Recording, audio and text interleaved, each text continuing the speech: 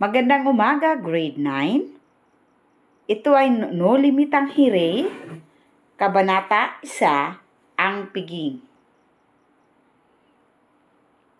Bago matapos ang buwan ng Oktubre ay nagpahayag si Don Santiago de los Santos o mas kilala sa tawag na Kapitan Tiago na may magaganap na handaan sa kanyang bahay sa May Anluwagi malapit sa pampang ng Ilog Binondo. Ang ilog ay paliguan, labahan, igiban ng tubig at pinagkukunan ng inumin ng mga inchik sa lugar na iyon. May ilan ring mangingisda sa ilog upang pagkunan ng kanilang ikabubuhay. Mababa ang bahay ni Kapitan Tiago dahil hindi maayos ang pagkakagawa ng arkitekto at epekto na rin ng mga nagdaang mga lindol, bagyo at kalamidad. May inimbitahan siyang mga panauhin at lumalaganap ang balitang ito sa buong Binondo, Intramuros at ilan pang lugar sa Kamaynilaan. Si Kapitan Tiago ay mabait, mahinahon at matulungin sa nangangailangan, subalit ayaw niya ng mga taong rebelde at mga ngalakal. Ang mga kantanod, bagamat hindi formal na inaimbitahan ay inaasahan ng dadalo.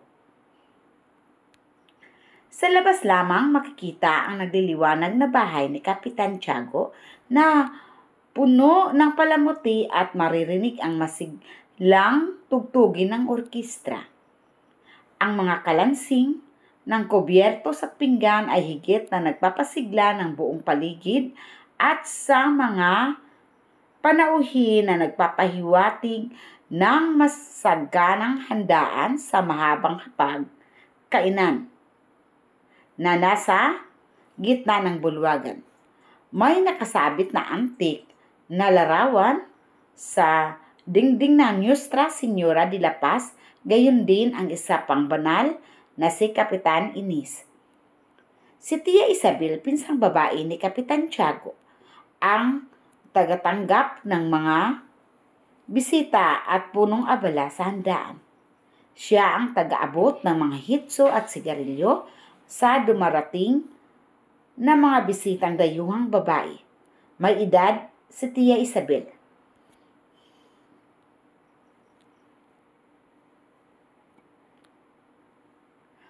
Ngunit bakas pa rin ang amo ng mukha. Ang mga babaeng Pilipina ay kusang humahalik sa kamay ng matandang babae bilang paggalang. Kagaya din sa atin, hanggang ngayon, 'di ba, na naging kaugalian na rin natin. Kung mas nakakatanda sa atin, ay humahalik tayo sa nagbibliss. Hindi sa kanila humahalik talaga, pero ngayon nagbibliss lang tayo, no? 'Di ba? Narinig ni Tia Isabel na tila may nabasag na pinggan at mabilis siyang nakapagsalita, mga walang ingat. Ano bang nangyari? At agad tumalilis para magtungo sa kusina. Ang mga kaditi sa paligid ng bahay ay masayang nag-uusap.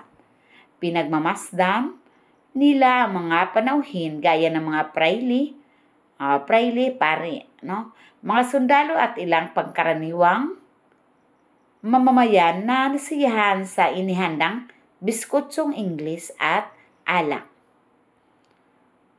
Ang tiniente ng mga Guardia Civil ay nakipag-usap sa iba pang panauhin.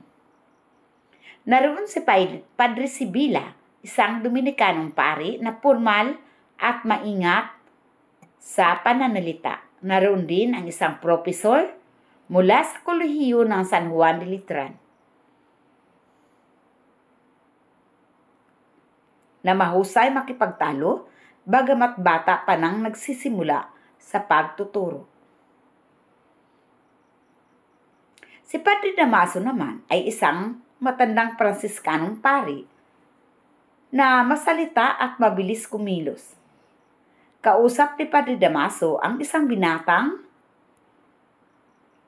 may mapulang buhok na bagong dating sa Pilipinas. Malaki ang pagkakaiba ng pamamahala dito sa Pilipinas kumpara sa Madrid, ang wika ni Padre Damaso sa binata. Sa loob ng 20 taon kong paninirahan sa Pilipinas, nasanay sa pagkain ng saging at kanin, punong-puno ako ng karanasan, kaya't lubusang paniniwalaan ng maraming tao.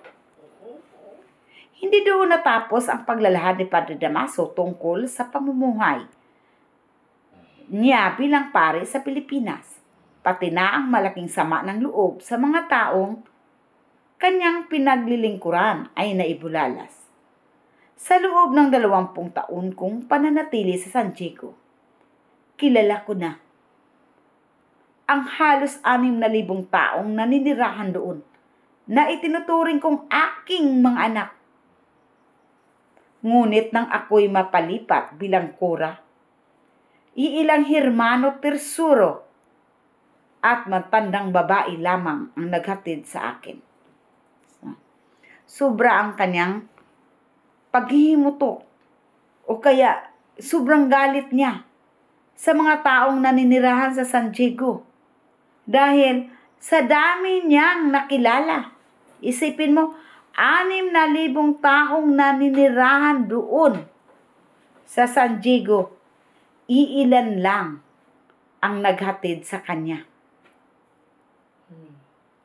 Si Padre Damaso, 20 taon na nanunungkulan bilang pari ng San Diego.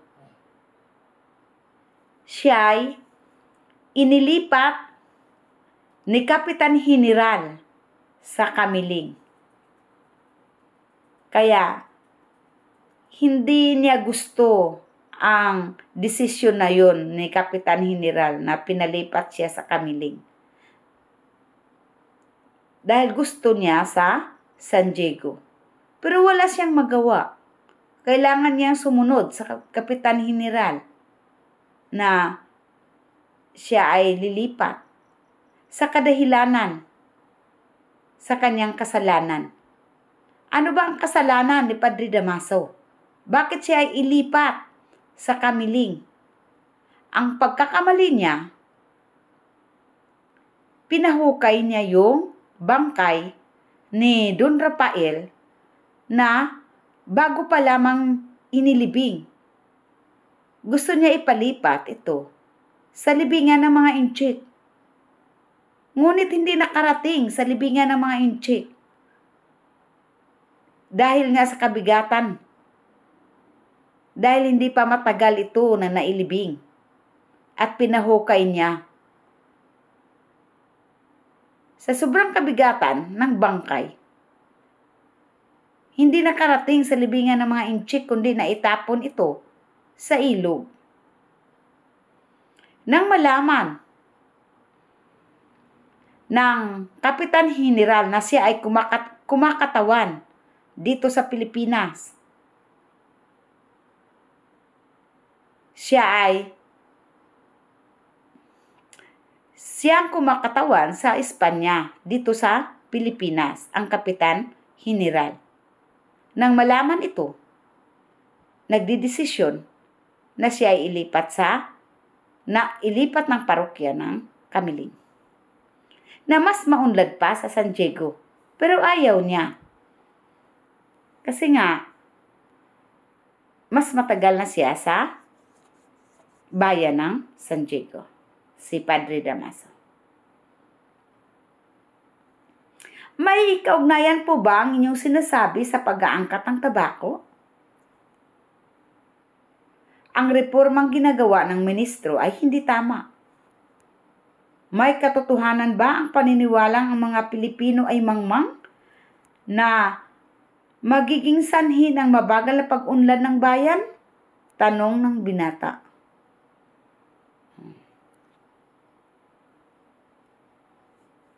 May katotohanan ba na ang paniniwala ang Pilipino ay mangmang? So may katotohanan.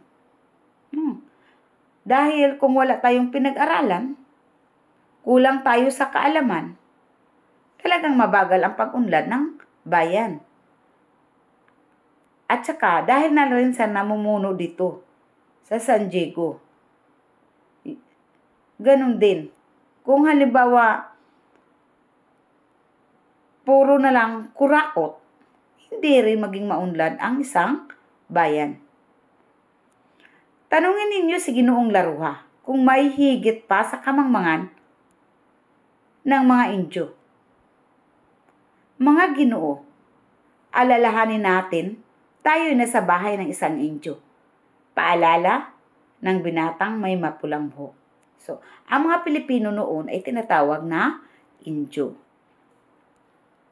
Si Kapitan Tiago ay hindi kabilang sa mga itinuturing na Indio. Makikita ninyo, ilang buwan pa lamang ay mababago na ang inyong palagay. Makatikim lamang kayo ng tinulay. Ang tinira po ba ay parang prutas na luto na maaaring maging sanhi ng magiging makalilimutin ng tao? Ano bang loterya? Ang tinulay ginisang manok na nilahukan ng upo?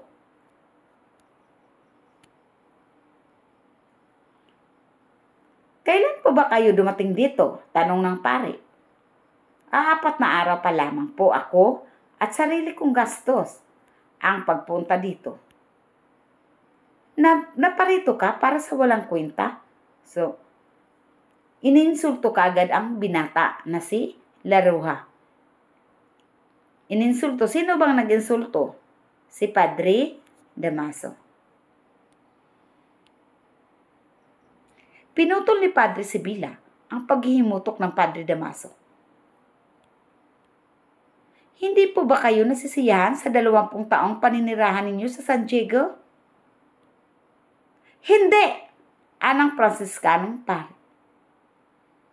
Paano nangyari yun? Ako na may iilang buwan ang tumira ng kamiling? Ay hindi labis na nalungkot sa aking pag-alis doon. Ngunit inisip ko na lamang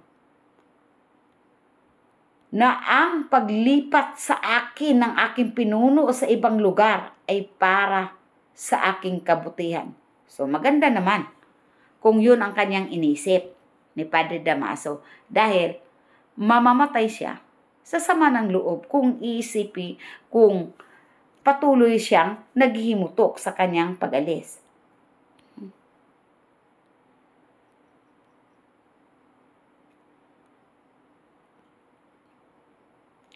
May relihiyon ba? Wala. May kalayaan ba ang mga pari? Napasama na ang bayan at kaya maraming kapahamakang nangyari ay dahil sa pangungunsinti ng opisyal sa mga irihi na kalaban ng Diyos. So, grabe talaga ang galit ni Padre Damaso. Bakit daw nakikialam pa ang mga opisyal sa kanyang mga desisyon? So, kinakampihan ng mga irihi. Ano bang ibig sabihin ng irihi? Irihi, yun ay sabi nga mga kalaban ng Diyos. Yung itong mga taong hindi pumapasok sa simbahan at hindi nangungumpisal. So, ang tinutukoy niya dito ay sino? Si Don Rafael Ibarra, ama ni Don Crisostomo Ibarra. Ano po ba ang ibig sabihin? Ano po ba ang ibig ninyong sabihin? Sabad ng tenyente. Sinasabi kong malinaw ang ibig kong sabihin na kapag nagpahukay ang isang kura ng bangkay ng isang irihi sa libingan para ipatapon, hindi siya dapat pakialaman o parusahan na maging hari, na maging ng hari. So, gusto niya, kung anong gusto niya, ni Padre Damaso ay walang nakikialam. Kahit hari pa. Pero, wala siyang magawa, kundi ang sumunod. Kasi ang pare, mas mataas talaga yung mga opisyales. Kaso nga lang, sa San Diego, siyang mataas doon. At kung ibig sabihin, sa bayan ng San Diego, ang ulo kung sa sa snake, sa sawa, ang ulo, ang mga pari, at ang buntot ay ang mga opisyal. Kaso nga lang, nakikialam na si Kapitan General na kumakatawan sa Espanya dito sa Pilipinas. Kaya wala siyang magawa kundi ang sumunod. Padre, ang general ay Vice Real Patrono, ang sigaw ng tiniente. Sabay tindig. Anong Vice Real? Anong patrono? Kung nangyaring ito noon, kinaladkad na. Siya sa hagdanan gaya kay Gobernador Bustamante na walang turing. Sapagkat iyon ang kapanahunan ng tunay na pananampalataya. Tumigil kayo. Bukas na bukas ay makakarating ang inyong mga sinasabi sa general, banta ng tiniente. Aba, umalis na kayo ngayon din. Kahit gamitin niyo pa ang aking karwahe. Naging matindi ang pagtatalo at namagitan na si Padre Sibila. Huwag ninyong pagtalunan ang mga bagay na walang dahilan. Iba ang sinasabi ni Padre Damaso bilang pari sa kanyang sinasabi bilang tao. So, ang ibig sabihin ni Padre Sibila ay lumagpas na yung pananalita ni Padre Damaso. Nakalimutan na niya na isa siyang pari. Kayo na ang bahalang magsuri sa mga pangyayari, Padre Sibila. Totoong wala si Padre Damaso sa San Diego noong mangyaring pangyayari ng kanyang kudyutor na mapalibing sa libingan ng isang marangal na lalaki. Maaaring totoong siya hindi nangumpisal, ngunit ang pagbintangan na siya'y nagpakamatay ay walang katotohanan at hindi ito batayan upang ipahukay ang kanyang bangkay at ipatapon sa ilog. May pananalig ang taong ito at may bugtong na anak na pinag-aaral sa Europa kaya't hindi lubos na mapapaniwalaan ang bintang ng pagpapakamatay. Si Don Rafael Ibarra ay namatay sa kulungan dahil sa kanyang sakit. Hindi siya nagpakamatay.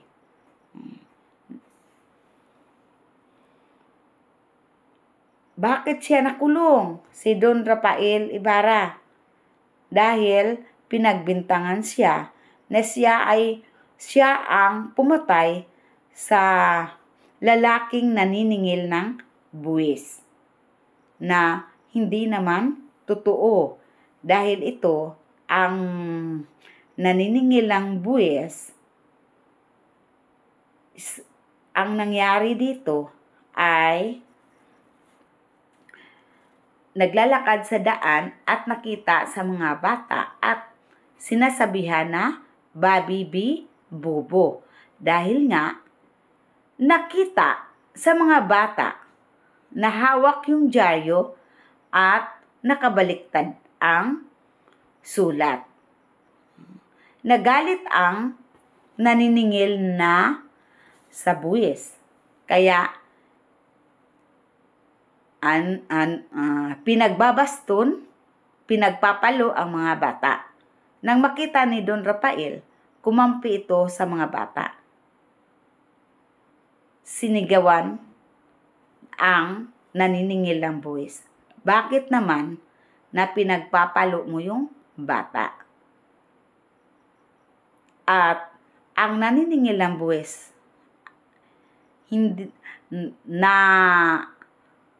yung napatid niya yung bato at hindi niya naibalance ang kanyang katawan at nabagok ang kanyang ulo. Yun ang dahilan ng kanyang pagkamatay. Kaso nga lang si Don Rafael ang pinagbintangan. Kaya ito nakulong at namatay sa bilangguan.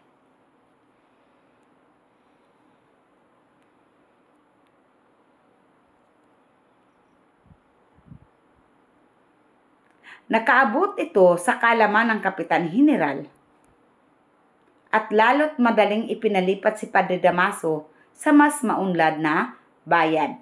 So, ang Kamiling ay isang maunlad na bayan kaysa San Diego. Pero, mas nagustuhan ni Padre Damaso ang San Diego kaysa Kamiling. Pero wala siyang magawa, no? Kundi ang sumunod. Umalis na ang tinyente matapos sabihin ang lahat ng nalalaman. Hinarap ni Padre Sibila si Padre Damaso. Dinaramdam kong maungkat ang isang masilang bagay, ngunit kung mas nakabuti naman ang inyong pagkakalipat. Hindi pa rin nawawala sa mukha ni Padre Damaso ang galit at pagkasuklam. Ano bang nakabuti? May mga bagay na nawawaglit at nawawala sa paglilipat tulad nito. So ano bang nawawaglit sa kanya? Yung kayamanan. Kasi paninibago na naman doon sa kanyang nalipatan. Mag-ano naman siya. Simula na naman. No? Ilang sandali pa ay dumating na ang mag-asawang Di Espadanya, sina Don Tiburcio at Doña Victorina. Nilapitan ang lalaking may mapulang buhok si Ginoong Laruja. Ano naman ang masasabi ninyo tungkol sa may-ari ng bahay? So dito po nagtatapos ang kabanata 1 ng Noli Me Tangere. Salamat at sa susunod ulit.